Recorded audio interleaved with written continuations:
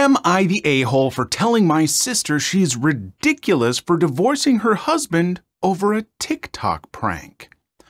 My 24 male sister, 32 female, was married to a man, 35 male, for 3 years until they separated 2 months ago over a TikTok prank she pulled. Although none of our family cares about social media, I've always thought of her husband as a nice, funny man. It's great to be in his company, and I therefore think the divorce is ridiculous over something that was no more than a mistake. To give an account of what happened, my brother-in-law, who is involved in TikTok, pulled a prank on my sister's son, 15 male. The prank culminated in my nephew falling over and banging his head, which is why she separated from him. He had to be rushed to hospital where he underwent treatment, and now he has brain damage. He now needs help eating due to impaired motor control, has limited speech. If you ask him something, he'll stare at you until my sister gets on her knees to ask him calmly what he needs. It's easily irritable, and when I look at him, all I can see is his 7-year-old self masquerading in a 15-year-old's body. Now, these symptoms are likely permanent and are, of course, awful, but it was a mistake on behalf of the husband. I believe that divorce is way too harsh for a mistake, and instead they should have negotiated boundaries and disallowed TikTok in the house or something. Her husband was the only one who used it. I've tried to keep my dislike of the divorce decisions to myself because I'm secretly mourning the loss of my brother-in-law. We watched football together and everything. However, when discussing the incident with her yesterday, I told her that she was ridiculous for divorcing her husband over something that was essentially a mistake, and that she should reconsider her options considering the first one was emotionally driven. My sister told me that I was free to marry him, and my mother also interjected and, despite liking my brother-in-law before, told me that I had no say in my sister's life, and told me that my precious brother-in-law ruined my nephew's life with his incompetence. I yelled at them and told them that society's inability to forgive mistakes is the reason why we're in this mess, and they eventually kicked me out when the argument ensued for 10 minutes longer. I thought I was being reasonable, however my girlfriend is also on their side. Am I the a-hole? Since we started doing these videos, I don't think that I've really been able to say this that often, but I kind of think you might be the a-hole here. Seriously. No, I know it was a mistake, it was a prank, but it is a mistake that has had lifelong repercussions. This is something the sister has to live with. She has to look at her child, which I'm guessing by your description it is her child and not the husband's. But her child now has brain damage. This is something she has to live with and look at every day, and she has to recognize that it was because of this husband's TikTok prank that, you know, he was not careful about. Like, it would be one thing if they got into like a car crash that was out of his control or something, like he had been driving but someone collided with them and the kid got brain damage. That's one thing, that's completely out of his control, but he pulled a prank, and a lot of times these TikTok pranks aren't great. I don't like most internet pranks. Like, this is something that he initiated and was reckless about, and now she's always going to remember that he did this to her son. And also, you don't know what else might have been going on in the relationship. This may have been a tipping point, and frankly, it's none of your business. Like, if she genuinely feels like, no, I can't be around this person anymore, that's her choice. That's her right. And so for you to like argue with her and tell her she's being ridiculous when now her child has brain damage and stuff, no, I think you need to just be quiet. As ridiculous as you may think it is, it's not your place to say. So I know that forgiveness is great, and maybe in some way she does forgive him, but parents with their children, it is a sort of like, there is a connection there that a lot of people don't get. There are a lot of families that when they lose a child, unrelated to like anything the parents have done, that the parents can't cope with it and end up separating because it hurts too much.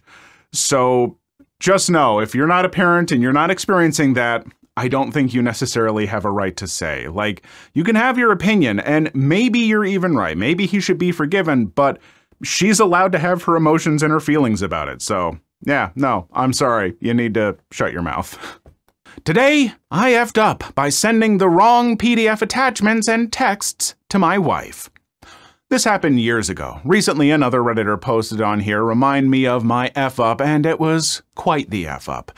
As a preface, I did Army ROTC, was never commissioned due to an eye injury that kept me out of service, so some of the military jargon in here is from that. One of my friends found out his wife was having an affair. It devastated him, so he decided to get a divorce. He wanted revenge on his wife for what she did, and when we talked, we agreed the best revenge would be a surprise, shock and awe type of strike. He was getting everything sneakily set up for a 1 to 2 rapid-fire knockout hit, bank accounts, assets, anything in liquidities, all set to be transferred to a private account, and all documents required, including evidence of her infidelity, documented for court proceedings. He was ready for war.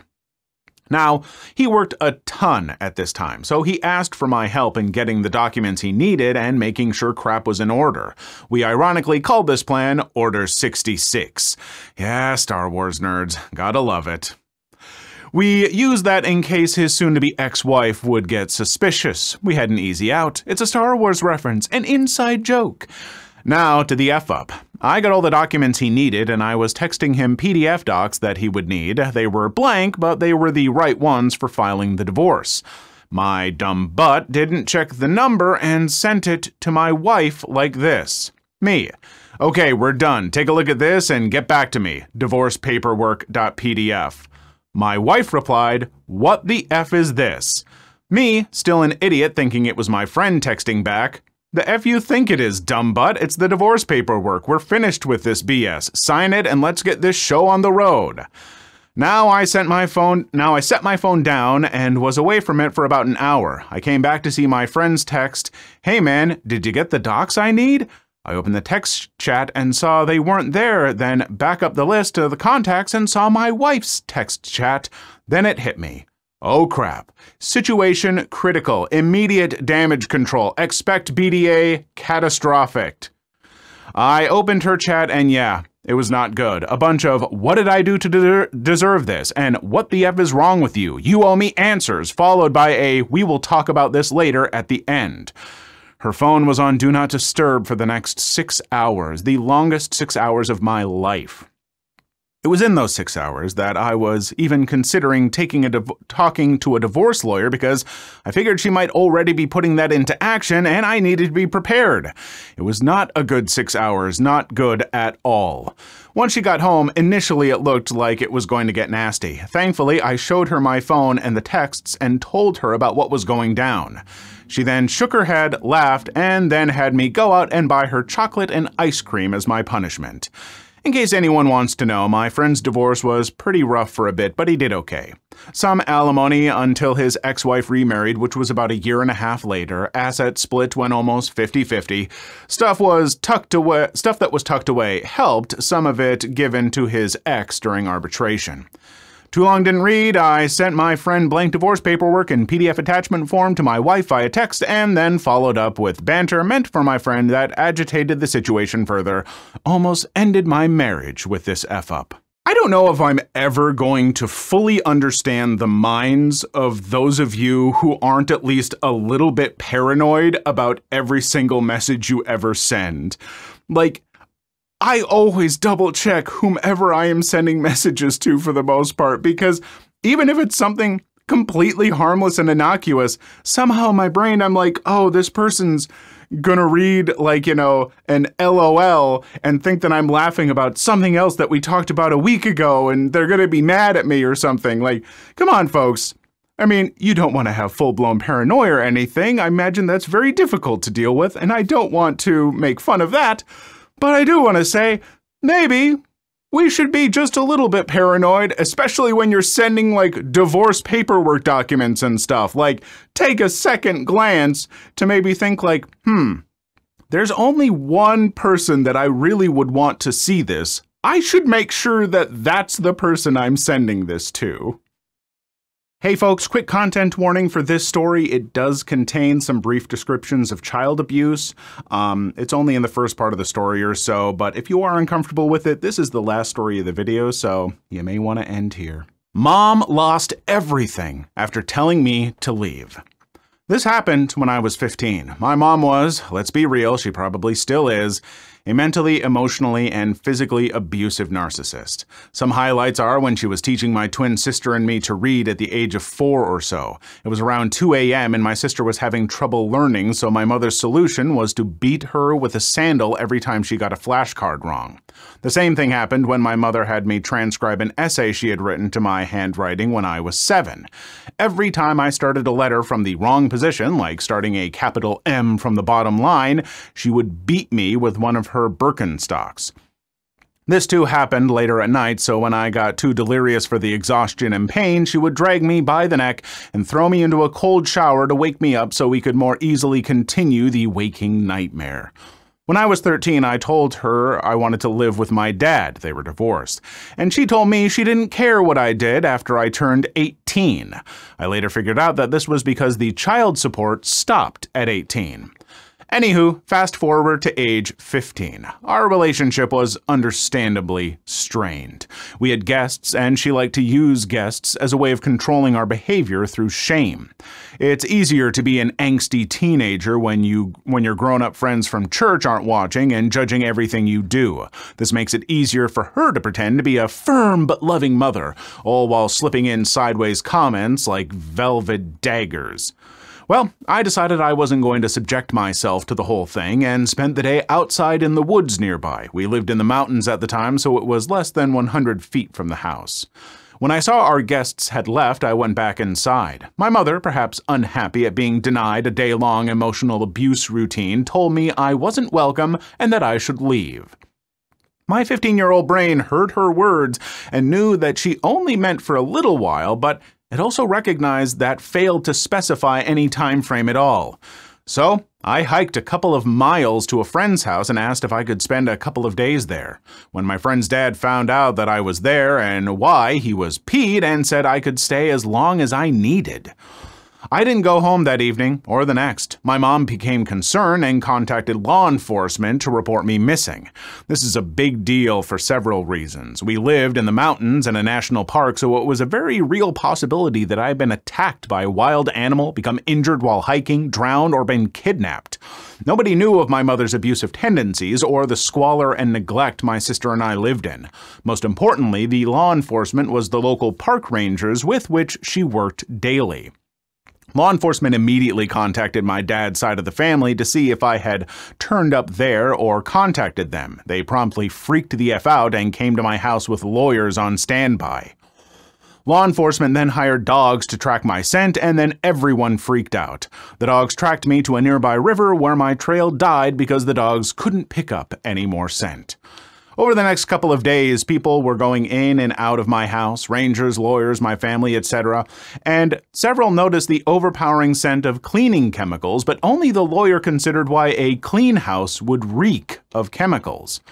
Law enforcement started to canvass the nearby woods and neighborhood.